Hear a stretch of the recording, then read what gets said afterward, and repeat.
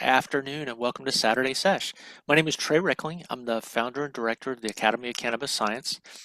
We've been doing this work since 2015 when we had a really brave academic partner, Seattle Central University, said, yeah, we'll work with you all on this new medical consultant program. And we've been happy to be partnered with them for years since we've been joined by UNLV. And then we have a new partner, a new academic partner coming on called Century College out of Minnesota, just outside of Minneapolis, the largest two-year institution. They serve more two-year college students than anybody else in the country. So huge population, and we're so open to are so excited to help kind of open up Minnesota. Minnesota's newly legal, and they've got some really progressive laws, so we're looking forward to working with them as well. But today, we're very, very pleased to be joined by Addison Morris. Addison is a trailblazer in the cannabis industry, known for her mission to empower women-owned and equity-focused cannabis businesses. She has decades of experience in entrepreneurship, in fact, calls herself a serial entrepreneur, and has done a lot of work in marketing. She's built a national network that supports education, advocacy, and access to capital for women in cannabis. And it's my pleasure to welcome to the room and to this chat, Addison Morris. Addison, how are you? Welcome. Very well. And serial entrepreneur is just another way of saying you're unemployable. Let's start there. That's a great intro. So, and I've heard you say that. So, what is it that makes you unemployable? It might be some things that make you endearing to us. Okay, nobody's ever said I was endearing. Um, so a serial entrepreneur, okay, to it's in the genes. In talking through the Women's Cannabis Chamber of Commerce, we're a business organization that is focused on moving women beyond empowerment into powerful careers in business ownership, and also to build a national cannabis community of women in cannabis businesses. So when I talk to women, and I've been doing this my entire life, and I believe it's because I cannot mind my own business. I'd really like to hear other people's stories because the best stories, the most extraordinary people out there are the ones that appear to be very ordinary. They are not the ones that you see on social media as influencers. They're everyday people who have extraordinary experiences. So when I talk to entrepreneurs who are going into the cannabis industry, one of the questions I want to know is if there's any entrepreneurs in their family. And if they say no, it's going to be more difficult for them because being an entrepreneur, you have to be crazy. To get into the cannabis industry, you have to be crazy. And yet, it is the most incredible, it's a once in a lifetime opportunity. It's a bigger opportunity than the gold rush of 1858, and entrepreneurs cannot resist that. Um, I started my first business out of arrogance and ignorance when I was like 19 or 20, and it took me probably about 5 months to lose it because of that arrogance and ignorance. And I think the experience with being an entrepreneur is that that loss doesn't stop you. I also think that you can learn to be an entrepreneur. And being an entrepreneur to be successful and survive, especially in the cannabis industry, you have to do exactly what the four of you are doing. You have to educate yourself. Oh, and what was the question? No. No, no, I wanted to kind of get to tell you what. Let me ask you this.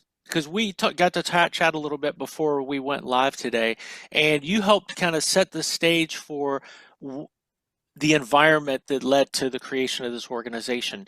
And so, could you talk to us about looking back a little bit, what it was like to be in Colorado? You've got cannabis um, immigrants or um, Medical marijuana refugees. refugees. That's the word you used. Tell us a little That's bit what, about that's that what they and were how called. that kind of set the stage for what we're going to talk about.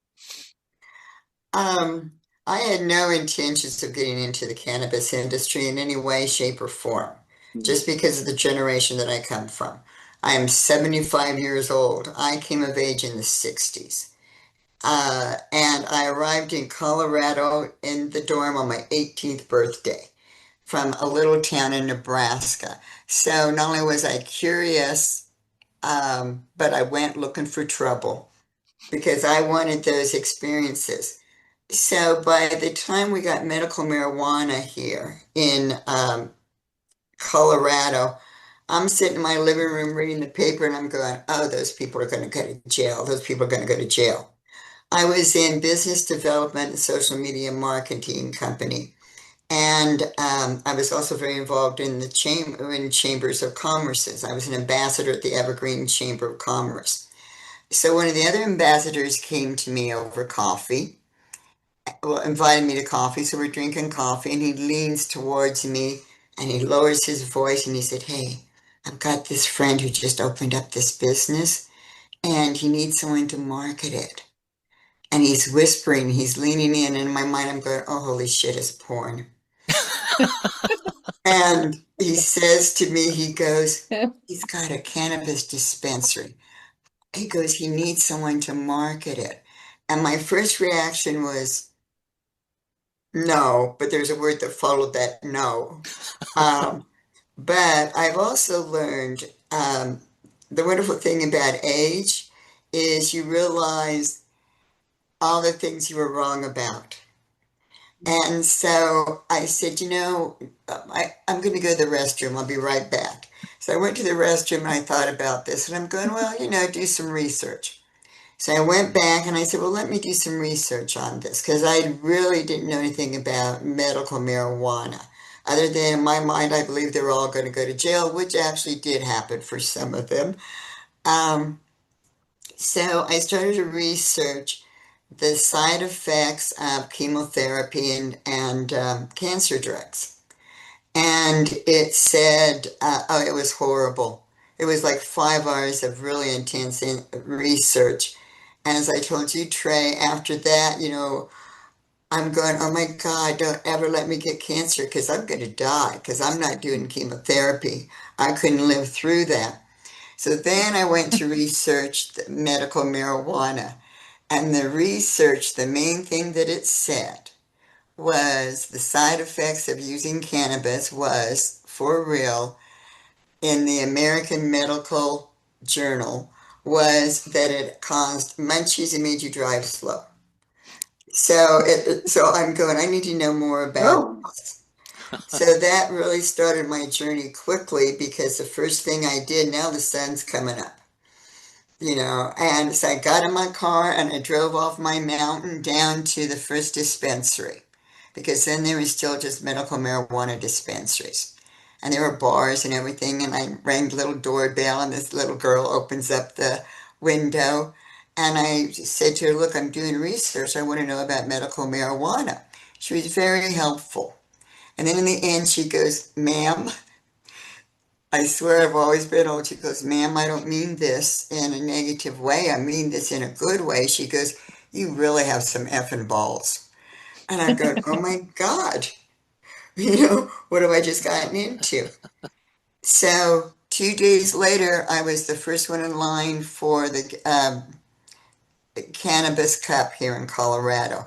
And there I connected with organizations like the Association for the Medical Marijuana or for the Medical Marijuana Refugees. And I met people who were Go here into it. who gave up everything. But we'll be getting a new point of sales here in the next month. Sorry. They gave up Okay. they gave up their families, they gave up their jobs, They gave up their homes and they moved here so that they could have access to medical marijuana. And what shocked me as Thank I you for got calling to me. know them and interact with them, how the quality of their life improved over time, how they got off of most of the prescription meds that they were using, how it gave them longevity. And for so many of it, One of our most it favorite was ones a is one that's coming cure. from the high road. I'm sorry. Hey, Moose, we're picking up your mic, so if you could, I'm gonna mute it. Okay, thanks. Sorry about that, Addison. Um, and I have to, I'm embarrassed at how naive I was because I'd been a cannabis consumer since the second day I hit the ground in Denver. And I was also always into herbal medicines and a healthy lifestyle. It never ever occurred to me that cannabis could have the same effects, but even better, even more, and be more effective than all these other herbs that I was consuming. It never occurred to me because that thought had never been put into my mind. And what I saw was something that we had not had before. We had an herbal medicine that actually worked, that actually worked with cancer, that worked with seizures. Now, now, I personally don't believe that cannabis is a cure for everything, and that's based on my personal experience. Um, but just knowing people, and everyone that's involved in the cannabis industry, I believe are actually patients. The women in the Women's Cannabis Chamber of Commerce, our membership, I am pretty doggone sure that 90% of them are patients and that they're also probably caregivers. But there are so many amazing organizations and support groups for advocates and activists for medical marijuana and for the education of that. What was missing, and this is where the Women's Cannabis Chamber of Commerce came in, is because the other thing that I was curious about medical marijuana patients is how do you support yourself? When you're dealing with major diseases, how do you support yourself? Because you can't go work a 9 to 5, because you have good days and you have bad days. And I think the solution, well, the solution is to open your own business. There's a lot you can do from your bed, especially in the cannabis industry. And I think that, like Trey, what you're doing is the educational aspect of it. Because even now, how many years after legalization of adult use, there, and also the states that it is in, there is still a need for education. And that is something you can do on your good or your bad days. Agreed. And, I hope I don't disappoint because I'm going to take everything back to the business of cannabis as a business. Now, so with the education and also with the internet and Zoom, I mean, like, why did none of us discover Zoom before COVID?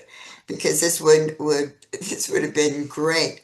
You can deliver that information, that education across the country. You can reach those people who do not have the access that you all have to it. For sure, for sure. And I've heard you say, particularly because I've been researching you a little bit and following you online. You talk sometimes about how a lot of women, like you mentioned, are caregivers. A lot of women lead from the heart, but no, don't. Not all of them have business or entrepreneurial experience. So, how do you, when somebody comes in full of heart but not full of relevant experience, how do you start that conversation? Or how do you help get them jump started? And that's a big question. Okay, the way I start the conversation, when we get a new member, I set up a call with them. That immediately, as soon as possible, I set up a Zoom with them. And the question that I ask them is, what what do you want? What do you need? What do you think the Women's Cannabis Chamber of Commerce can do for you? Because we are built on other women's agenda, basically. And, so I listen to what they want and whether or not we can deliver that. And then from there, I connect them with other members that will be able to provide them with the information they need. But then also we have our benefits right now, because the Women's Cannabis Chamber of Commerce has evolved in the same way that the cannabis industry has. They're to serve our members, and we've had to evolve and change. Initially, we were all classes, how to get into the industry. And I think the most important ones were contracts, intellectual property, negotiations, leadership. Now, it surprises me that women need classes in leadership because and negotiation, because if you think about it, if you've ever had children, I think you need to you start negotiating with that child when they're about 2, depending on their verbal skills. Children are a continual negotiation. And so women going into this really have good negotiation skills, but they just have that element of fear or lack of self-confidence. So, when finding out why they joined the chamber. And we can't help everyone. I mean, there's some that come in with, I'm going, no, we don't do that. We can't do that. Here's a group that you need to connect with. Here's a group that can better serve you and you can have your money back, basically. Um, so, we have benefits that really plays into that. We try to teach not only our members how what they need to start a business in the cannabis industry. And a lot of it applies to any type of business. Now, I also have this thing about, I'm a little bit of a socialist. I don't believe in them and us because that really had a negative effect on the women's movement back in the 60s because we made that distinction. There was them and there was us. And so I never want to exclude women who are not members from information about how they can be better at business or how they can connect more. So the benefits that we offer now are all about helping women get into the industry, but also help women stay in the industry and be successful. And I define success as financial success because without that you have no power. Empowerment, you can't take that to the bank. You need an action and results after that. And if you don't have money, you cannot buy a lobbyist. You cannot give your children a better education because women are raising the next generation. And we want that generation and their generation. We're going to create that legacy. So that just not in regards to cannabis, just in regards to the entire world, we want to raise better people.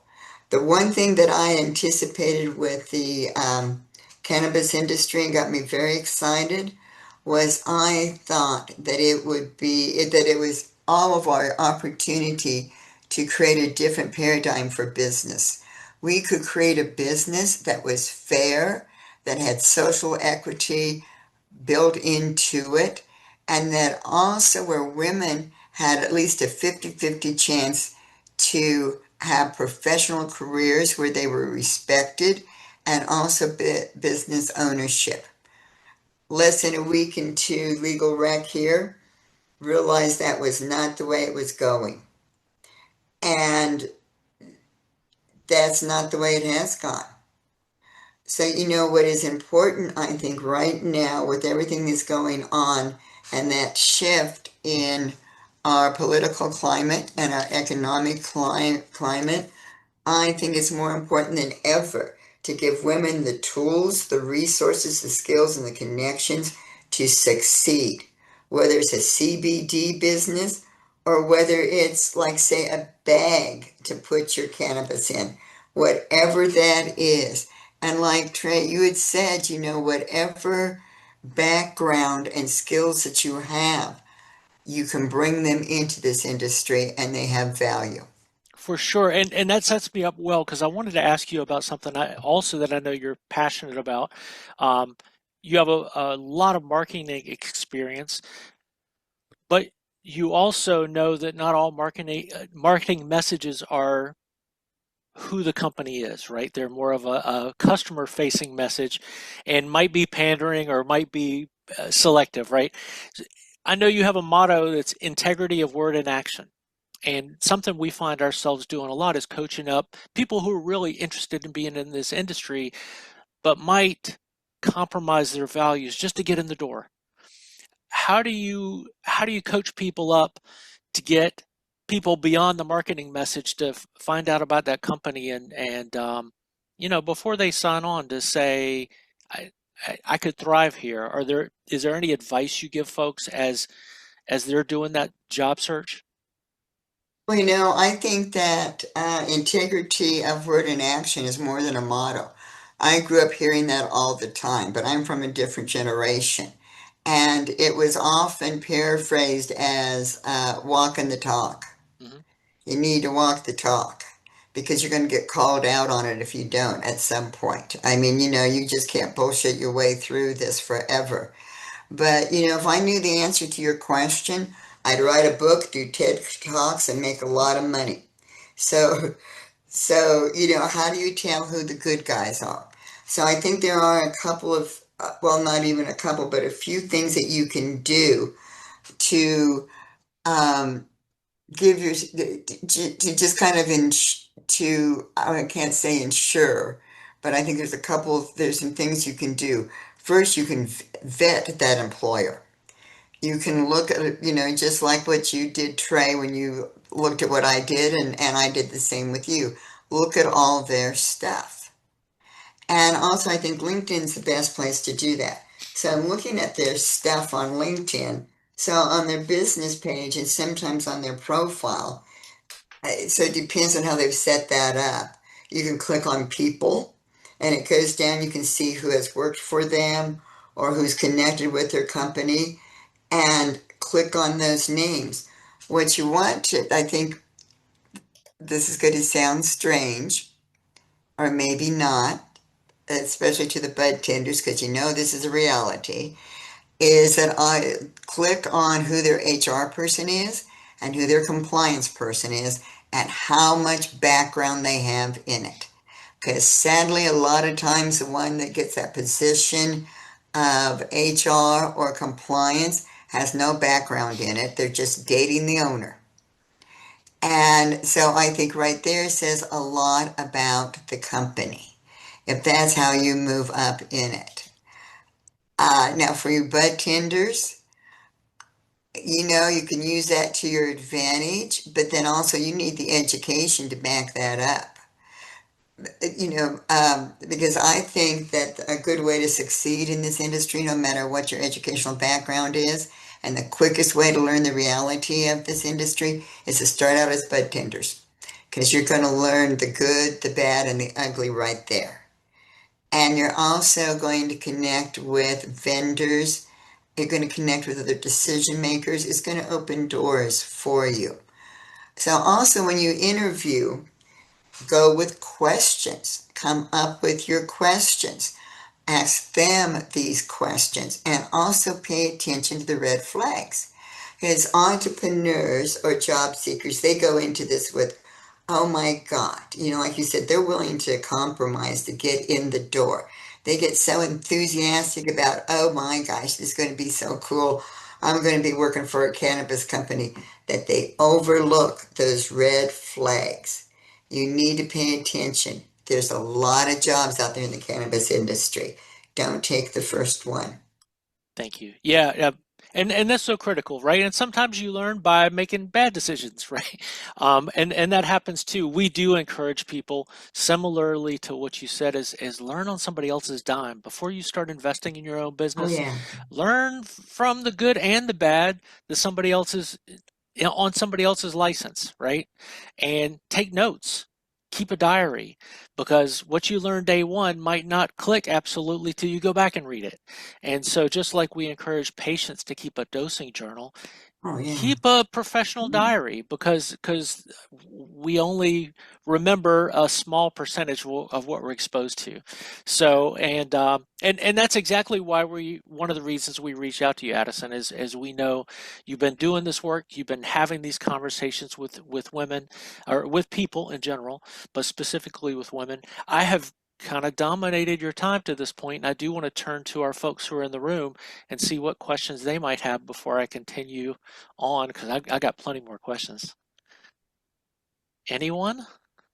Oh, I'm kind of thinking Melanie. Yeah, because I'm thinking Okay, Melanie's got some questions there. I recognize that look. go ahead, Oh, Melanie. girl. Okay. First, Addison, thank you. You've got my heart pounding out my chest. Second, Wendy, I love you. And I am so sorry that it's taken me this long. I want more resources. I am everything that you spoke. I have the marketing degree. I've been in the cannabis industry in the black side of things, just trying to help people under the rug for 10 years. Um, I I I do the journaling. I take 110 milligrams of THC a day. I make my own medicine. I live it. And I never considered the business because in 2017 we did seek two lawyers, Southern California and in Sacramento. And they scared the crap out of us, honestly. The messaging that was given to us from being a grower versus being an advocate versus trying to get in the industry, it was scary. So we chose to put all of our money and efforts into this off-grid life. But we're still pursuing cannabis. And now you got me so excited. I want to be a woman cannabis owner. And Wendy, I want you to be part of that. I'm just putting it out there. Well, and I'll put a plug in, and I want to talk about this later. But there's a fantastic resource, Addison. You might want to Thank you. talk about. Could you plug the cannabis clip notes and what that is? Oh, okay. So I like that you have a degree in marketing because seriously, marketing is everything and everything is marketing. And I that's what agree. has kept me in business for, God, I don't know, 60 years or more. God, Mm-hmm. I'm trying, well, okay, I think no more like, well, I don't know, I can't do the math. It's been a long, eventful life. But what has kept me in business is paying attention to trends and Mm-hmm. marketing. And this was Mm-hmm. way before the internet. Mm-hmm. So, that excites me because right now the direction that, I mean, again, everything is marketing and marketing is everything. But you need the education and you need the skills, actual business skills. And then the most important factor, which is one that nobody ever pays attention to until they've invested all their money in their business and nobody's buying their product or nobody's walking in the door. And then they think about marketing. And then it's too late because they have no marketing money. So, to have that knowledge and be able to do that. And also to have a good strain. I mean, that's invaluable. I mean, you've got something marketable there and something sellable. And legal, the legal cannabis industry is not as scary as the black market. Um, but the thing with the black market, I think you had more integrity because if you screwed up, you got shot. I mean, the rules were simple, um, or so I hear. No, so Yeah, well, and there are a lot of legacy market operators, like you said, still in operation, but doing so at very high risk. But they, do want to shout out its legacy market that kept so many patients and obviously recreational users um, with tables full of good cannabis. So without yeah, and them, they still do. and they still do, especially in some Yeah. markets. So Well, because medical marijuana patients, how do you afford that medicine? How do you, I mean, when you're doing when you're buying cannabis as your medicine, how do you afford it? Because you don't have insurance or anything that's going to cover that. So, I mean, they're still serving their purpose. But, Melanie, you can make that transition. And I've got to say, with the legacy people who transition into legal, they have more difficulties, I think, mhm. because they have one way of doing business, and now they've got to learn this whole other business. And the business of cannabis is very political because you've got to pay attention to what the local laws are, what your state laws, the regulations, and national. You have to be involved in the politics. Um, so, I mean, Melanie, I'm a dangerous old lady because I encourage women to get into the cannabis industry. But I just, because it's if you're going to do it, now's the time to start, and now's the time to do it because it's going to continue to grow, and it's going to continue to grow. You didn't miss your opportunity, but you need to be prepared. You need to do the work. You need the education, and and no entrepreneur ever wants to hear this as a hard sell. You actually need to do a business plan because you need to know. So I've been using the words business development and strategy because that's not doesn't sound as scary. And part of that is marketing plan, marketing research, and a marketing strategy. You need to know your audience, and you need to know your audience, and you need to know what they're buying, and you need to know what your competitors are doing. Because again, like you say, Trey, with marketing, you can look so doggone good online and have nothing. So it can look good, but it's just all smoke and mirrors. The puns that we can't avoid, Pun as you intended. pointed out. So do you mind? So No, Madison, Madison. Yeah, Madison. I was going to call on you. Yeah, thank you again. So sorry my camera's not working today, Okay. but I just wanted to thank you for the point about like LinkedIn and looking up HR and compliance in the company. I had never thought about that, and as someone who has now worked for two MSOs, mm, um, yeah, that is a great thing that I will definitely be doing in the future if I continue, like if I get another job in the industry after this, because yeah, that's just really helpful. So thank you. well, and it doesn't work to ask past employees because if that past employee had an issue, the company more than likely paid them and they signed an NDA, or the employee took them to court, won, and signed an NDA, and they can't talk about it. So, checking with past employees just does not work in this industry.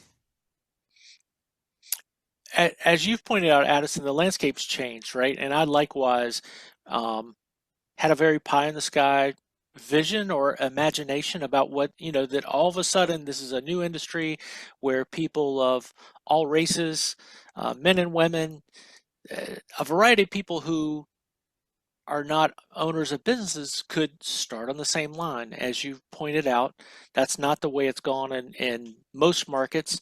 Um, what do you think? What advice would you give for women looking at the next 5 or 10 years? Like, let me ask you this: how has your advice changed from what you first, when we had that vision of what this industry could be. Now that you know it has its own unique challenges, I know you've talked, for instance, about the importance of finances, of getting investment before you jump in. Is there any advice that's changed for you that that message is just different than it was? No. And I feel like I feel like I'm on the same soapbox forever. And I really would like to change the verbiage and change my message as I deliver it, but that just doesn't seem to happen. So no, since the first week here in Colorado in 2014, prior to that, my message was one thing. After that, after I saw the direction it was going, no, that message, I'm still standing here talking it. You know, I still encourage people to get into the industry. I'm constantly honestly preaching to do the research, do the work. And this is whatever you think that business plan, business development looks like. It can be, I'm a fan of whiteboards, but you can either do a whiteboard on your wall, or you can do a whiteboard on Canva, some other platform online with the whiteboard. You've got to write this down. And with the younger members, I, I should admit this. Um, I call it a vision board Hmm. because that resonates with them. You're creating a business vision board, and they do it online because they're all online, and I tell them, then show it to me. Show me what it is. Let's move these things around because this is the making of that business plan, that business strategy. And that business plan and business strategy is not the most important part of that whole plan, the marketing. And the marketing plan is what takes the most time because you honestly have to research the market. You have to research your competitors. You have to research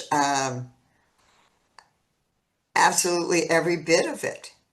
And education does not stop because this industry is constantly evolving. There's always something new. And the trends are not trends. Dabs were not a trend. I didn't see that one coming. You know, these are not trends. You have to be aware of them. And it doesn't matter whether you're an accountant, a cannabis accountant, or whether you're,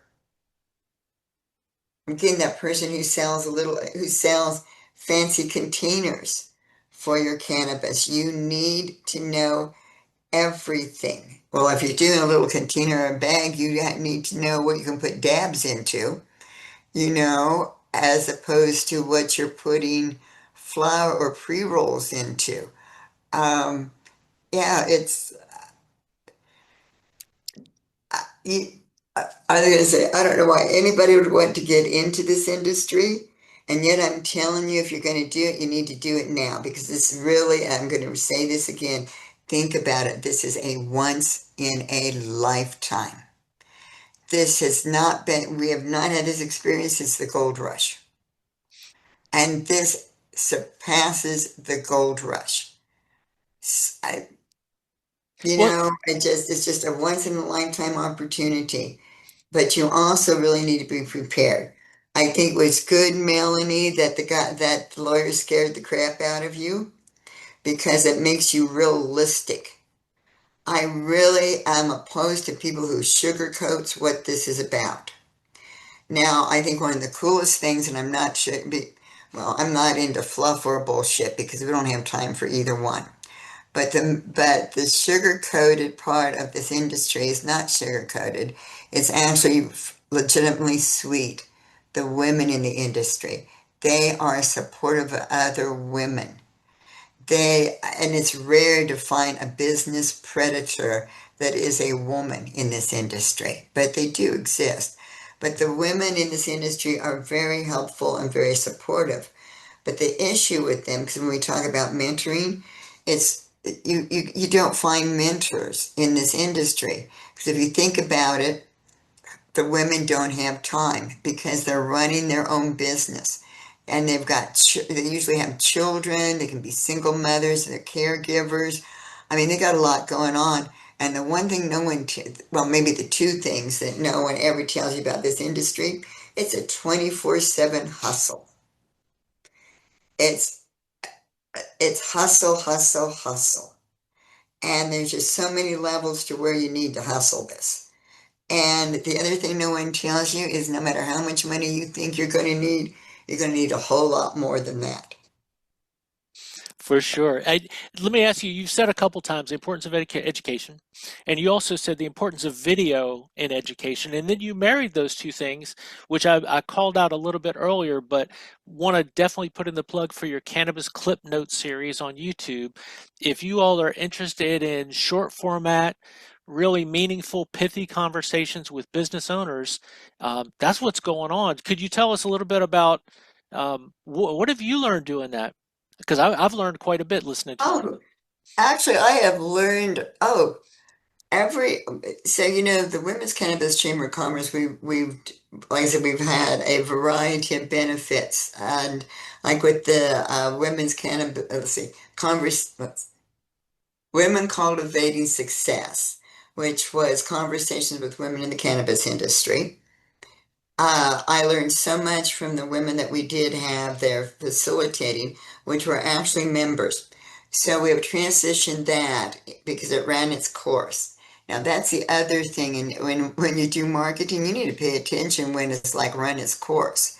And we live in a world with a very short attention span. So the conversations ran their course. They were amazing, they were productive, they worked, and then they didn't. So we transitioned recently into the think tank, and we transitioned into the clip notes, which is my favorite benefit. And I think you all probably know what cliff notes are. Well, much to my surprise, I missed that marketing target on that one because a lot of my members are too young to know what cliff notes are. So they didn't get it, and they also thought that using I used the same background that Cliff Notes did. They just thought it was a crosswalk. So, but it was too late. I trademarked it, so we're going with this.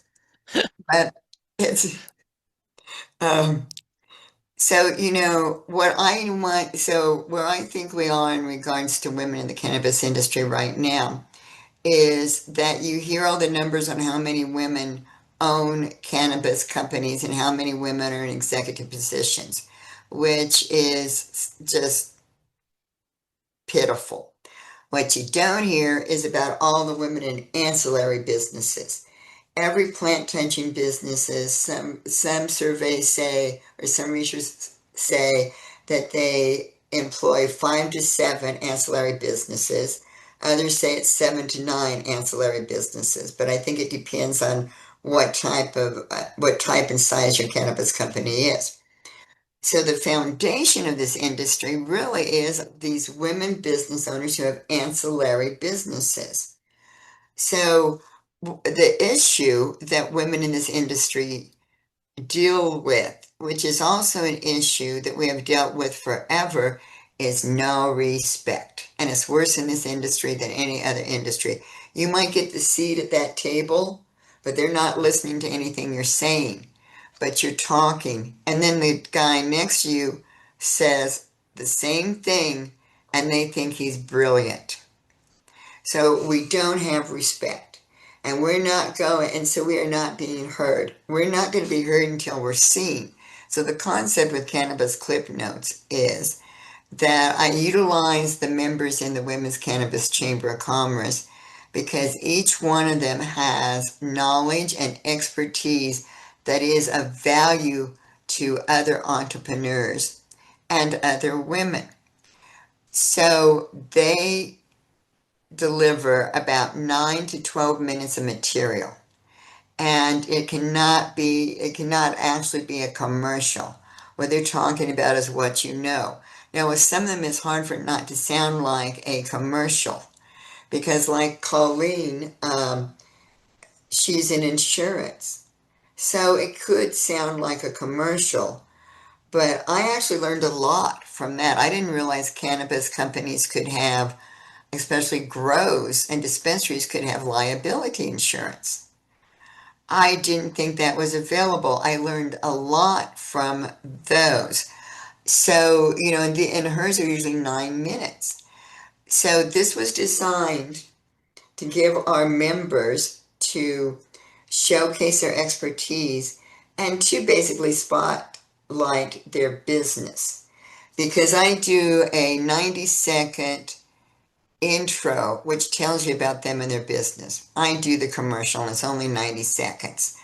Um, and then they deliver what they have to say. Now, these are available on our website because then each one has a page. Now, I think that, so this serves the needs of our members, but it also, because we do air these usually on Wednesdays at noon Mountain Mountain Standard Time, but we run into technical difficulties sometimes. And like right now, we're doing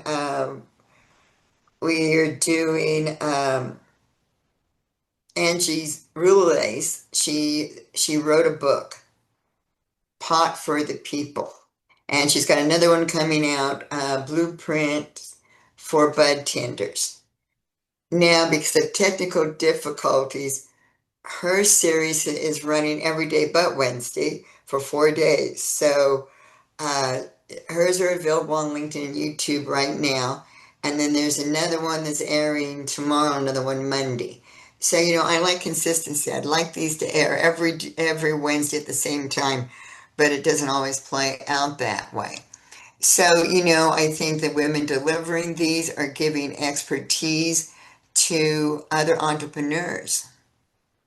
I think so. I mean, I don't know because it's, at least with doing things on social media, you can track the views. So it surprised me. I thought these would do well. So this is like, I just have to, I'm not bragging, I'm just astounded. So we launched these the second week in November because the one we did the first week in November didn't actually air because there was a whole lot I didn't know about how this technology worked. So the first few were very authentic, is a nice way to put it. Um, well, because I deal with women, I've always done women events. I mean, I've been doing women's events since I was 19, and also seminars and workshops for women. And the one thing I can tell you is that we do not follow directions. And I think it's because I deal with extremely intelligent women and they just don't follow directions. So they had clear directions of what the clip notes should be. The first few, nobody followed my directions, even when I shook my pen at them, which obviously didn't work. So I thought they were really authentic. Much to my surprise, by by the end of December, every clip note that we had aired had received 6,000 over views. And I'm astounded. And now so many of them have surpassed 15,000 views. And I knew this would work, but I just didn't think it would work like this. And we've also had time to get feedback from the presenters. They have actually gotten, which was what the purpose was, they've gotten clients, they've gotten customers, they've made new connections, they've got resources. Because what we do with they've gotten resources because I've asked them. And what I thought was really the one thing I didn't anticipate, I said we have over 800 members. Most of them are terrified to do the clip notes. And I'm telling you, you only need to deliver 9 minutes. And they're going, I can do a podcast because someone's asking me these questions. Aren't you going to ask me questions? And I'm going, no, no. And these are only, the longest ones are only 15 minutes. I have spent 3 hours trying to get with a presenter, trying to get one 15-minute cannabis clip notes. Right. And one with Angie, we spent 3 days trying to get one clip notes. But she lives on a farm and storms would come in. We had a bad internet connection. She actually had to go to a hotel and we did 5 in a row. Wow. Oh, I shouldn't say that because That's all right. Well, it just I shows just that ruined the illusion that these are live. well, it just shows that not everything that's you see in production is as easy as it seems, right? And the stick to itiveness of cannabis people is just got to be there. I learned from one of the most recent ones I watched was about crop insurance. You're talking about your insurer. Wasn't even I mean, I'm not in that part of the business, so I wasn't thinking about crop insurance. I do want to point out you said about licensees and that for every licensee there are a number of businesses, and you also referred to this as the gold rush. Think of those as picks and shovels, you all. You know, I mean, that's what we do. We're not a licensee, but somebody also needs picks and shovels for the gold rush, right? Or the green rush in this case. And although a lot of people are in this with heart in mind more than money in mind, you still got to fulfill a need. And there are a lot of needs, from Hmm. marketing to insurance to packaging to legal advice, staffing, training, you name it. And so just what you see on the surface is just on the surface, and there's a lot more to that iceberg. So, eh, you know, get online, do some digging. The Cannabis Clip Notes is a great place to start. We do want to encourage you all, if you're not a member of the Cannabis Women's Chamber of Commerce, check it out and go to their webpage and find out more. Start watching some of these notes because you can certainly learn on somebody else's dime without even working for them. You can learn Yeah. from their mistakes and their experience. And Addison, thank you today for your experience. We hope things continue to roll along well. Another pun there, but we hope things continue to go well for you. And we're so glad to have you on and be able to expose our students, both the ones in the room and the ones that will join us later, to you and the resources you provide. Thank you. Thank you. Absolutely. And if you don't mind hanging back, I got just a couple questions for you all. I mean, for you, Addison, specifically. We do have more chats coming up later this month and later this summer. So stay tuned to the live chat channel, and I will put here, we're going to officially close and say thank you for joining us for Saturday Sesh today.